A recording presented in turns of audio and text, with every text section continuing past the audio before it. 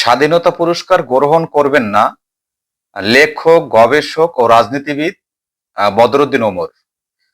তিনি মূলত বৃহস্পতিবার গণমাধ্যমে একটি বিবৃতি পাঠিয়েছেন যে এবছর তিনি যে স্বাধীনতা পুরস্কারের জন্য মনোনীত হয়েছেন তিনি সেই পুরস্কারটি গ্রহণ করতে পারবেন না। বিবৃতিতে তিনি বলেছেন যে 1973 সাল থেকে বিভিন্ন সরকারি ও বেসরকারি সংস্থা তাকে বিভিন্ন পুরস্কারে ভূষিত করেছেন, কিন্তু তিনি কোনো পুরস্কার গ্রহণ করেননি। যার কারণে এবছর অন্তর্বর্তীকালীন সরকার তাকে যে স্বাধীনতা পুরস্কার দেওয়ার জন্য মনোনীত করেছেন তিনি সেটি গ্রহণ করতে পারছেন না।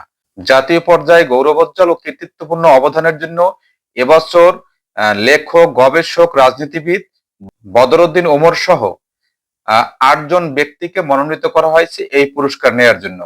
কিন্তু বদরুদ্দিন ওমরের পক্ষ থেকে বলা হচ্ছে তিনি এই পুরস্কার গ্রহণ করছেন না।